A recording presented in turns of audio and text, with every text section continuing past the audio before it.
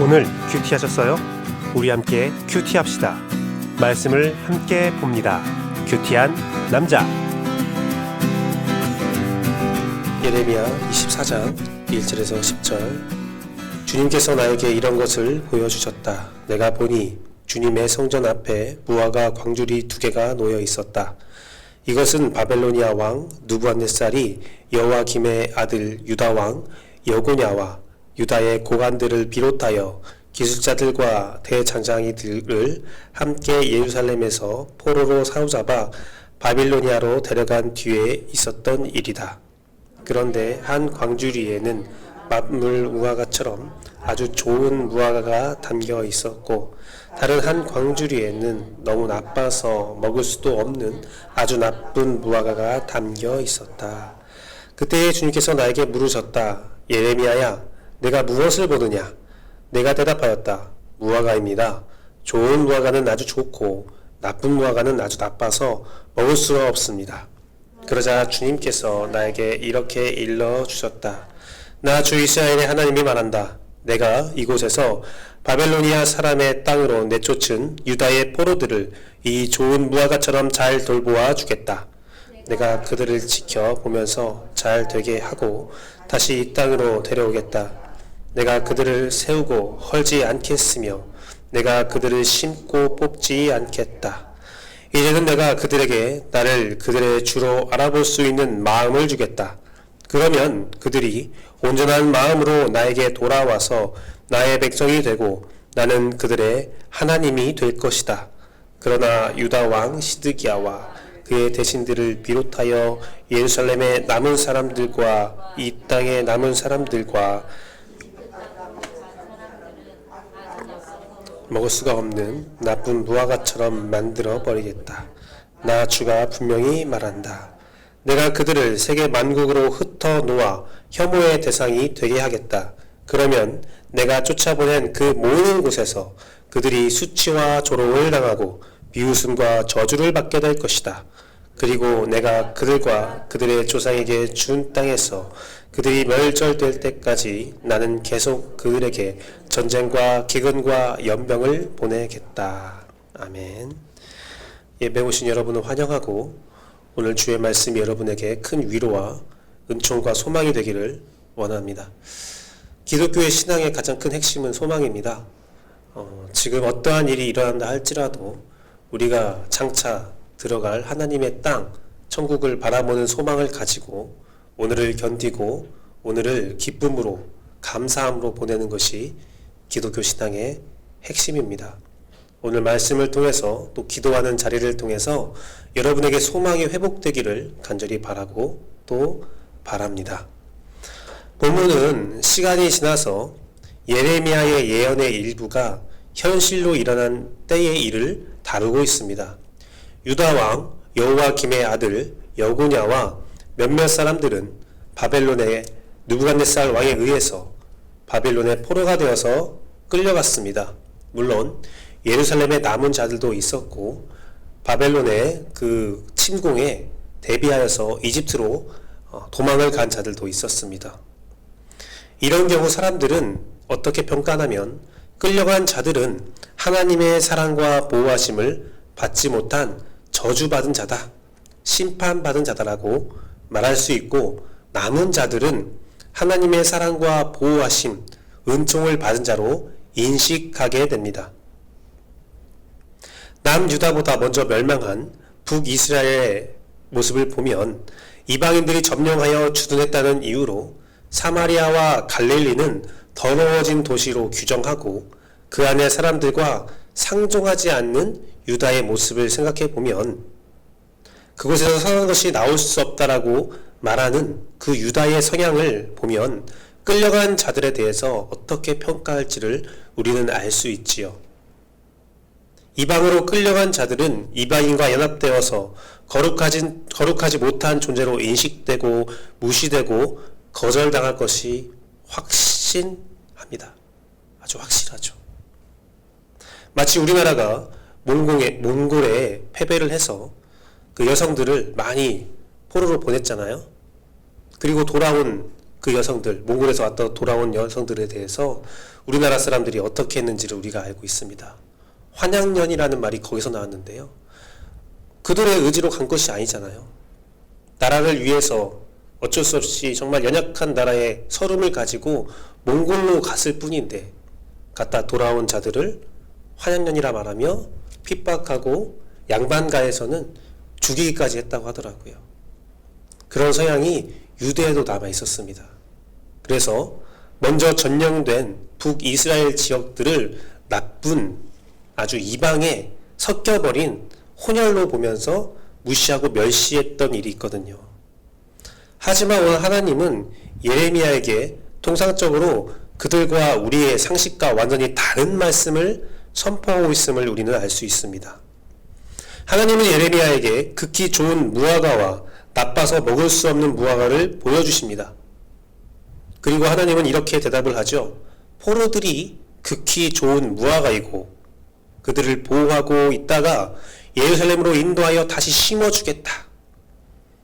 남은 자들은 오히려 나쁜 먹을 수 없는 무화과로서 더 큰 저주와 멸망을 줄 거라고 선언하십니다. 그리고 이 예언도 역사적으로 사실로 드러나게 되지요. 끌려간 포로들은 자신들이 왜 이런 고난을 받게 되었는지 연구하고 공부하고 기도하고 예배하고 회개합니다.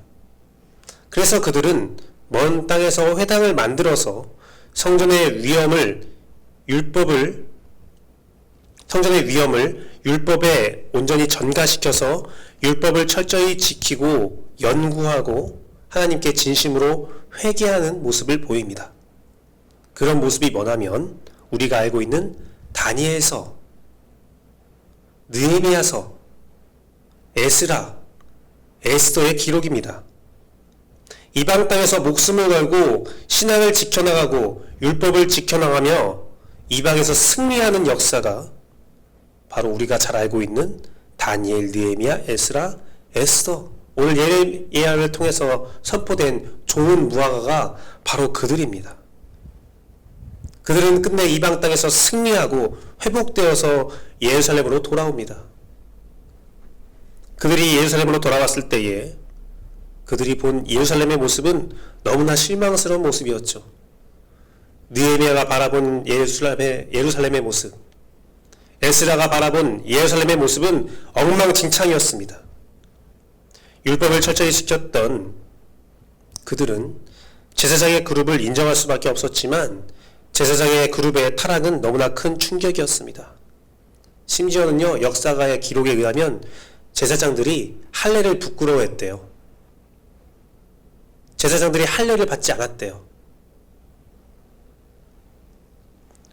그 포로들이 그토록 노력하면서 율법을 지키면서 목숨의 위협을 받으면서까지 지켰던 그 율법을 내가 언제가 예루살렘으로 돌아가리라, 시온으로 돌아가 하나님께 마음껏 예배하리라, 그 기다렸던 그들이 돌아왔을 때에 예루살렘의 철저한 타락은 그들에게 험함을 주었을 것입니다.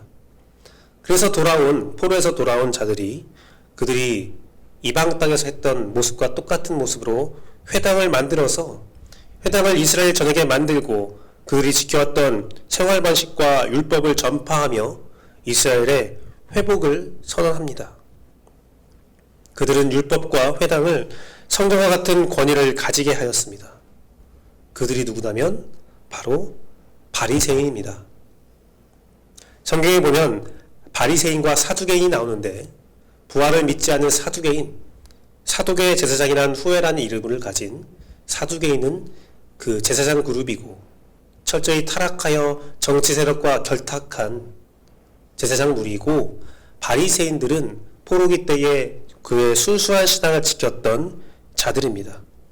하지만 우리가 알고 있듯이 역사에서 바리새인도 사두개인도 끝내 실패로 끝나게 됩니다.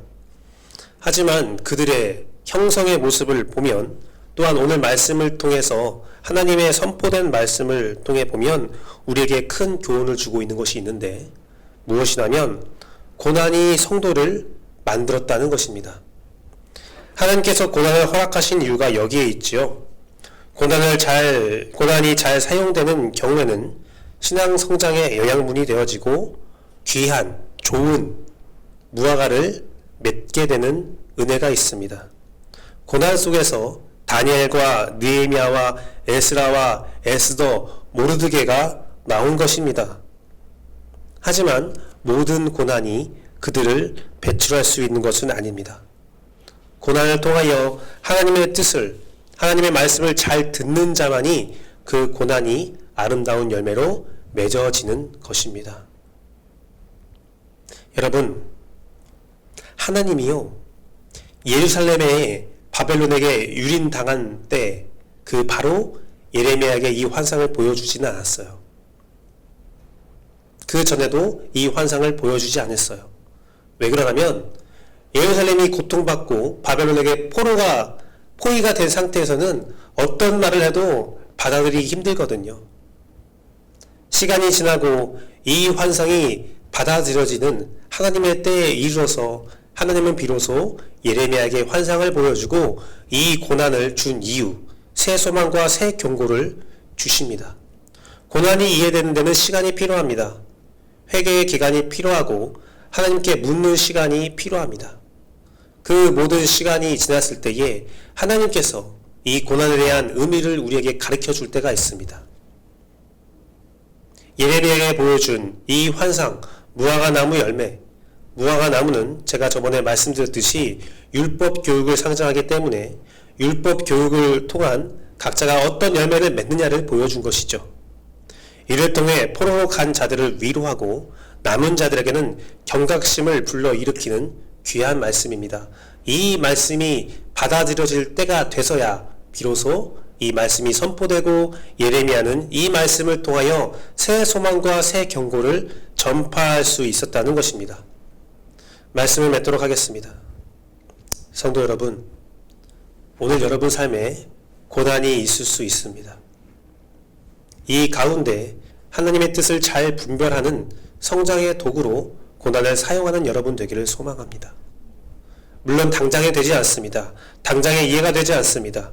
고난을 심히 겪고 있는 사람에게 가서 그 고난이 당신에게 성장의 영양분이 될 것입니다 라는 말을 해봤자 그에게 위로가 되지 않습니다. 처음 고난을 받은 자에게 어떠한 위로를 전해도 그는 받아들이지 못해요. 하지만 조금씩 시간이 지나가고 아픔의 순간이 지나가고 마음의 진정이 이루어지고 마음의 안정이 찾아올 때에 하나님의 말씀이 그 고난을 통한 하나님의 뜻이 전달될 때 그들은 받아들일 수 있죠. 나 또한 그러합니다. 그러니 여러분들, 고난의 순간이 왔을 때에 잠잠히 여러분 마음을 다스리시고 하나님의 때를 기다리십시오. 그리고 기도하십시오. 그리고 성경을 보십시오. 성경과 기도를 통하여 우리는 삶의 고난과 축복을 받아들이고 잘 소화할 수 있습니다. 세상을 살면서 받는 고난과 축복은 장차 받을 영원한 죽음과 영생과 비교하면 아무것도 아님을 알게 됩니다. 그리하여 세상에서 받는 고난과 축복을 잘 활용하여서 영생으로 나아가는 신앙으로 우리가 환원시키고 소망으로 가질 수가 있습니다.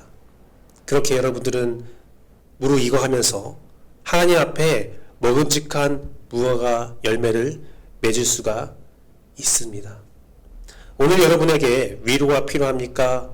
격려가 필요합니까? 아니면 경고가 필요합니까?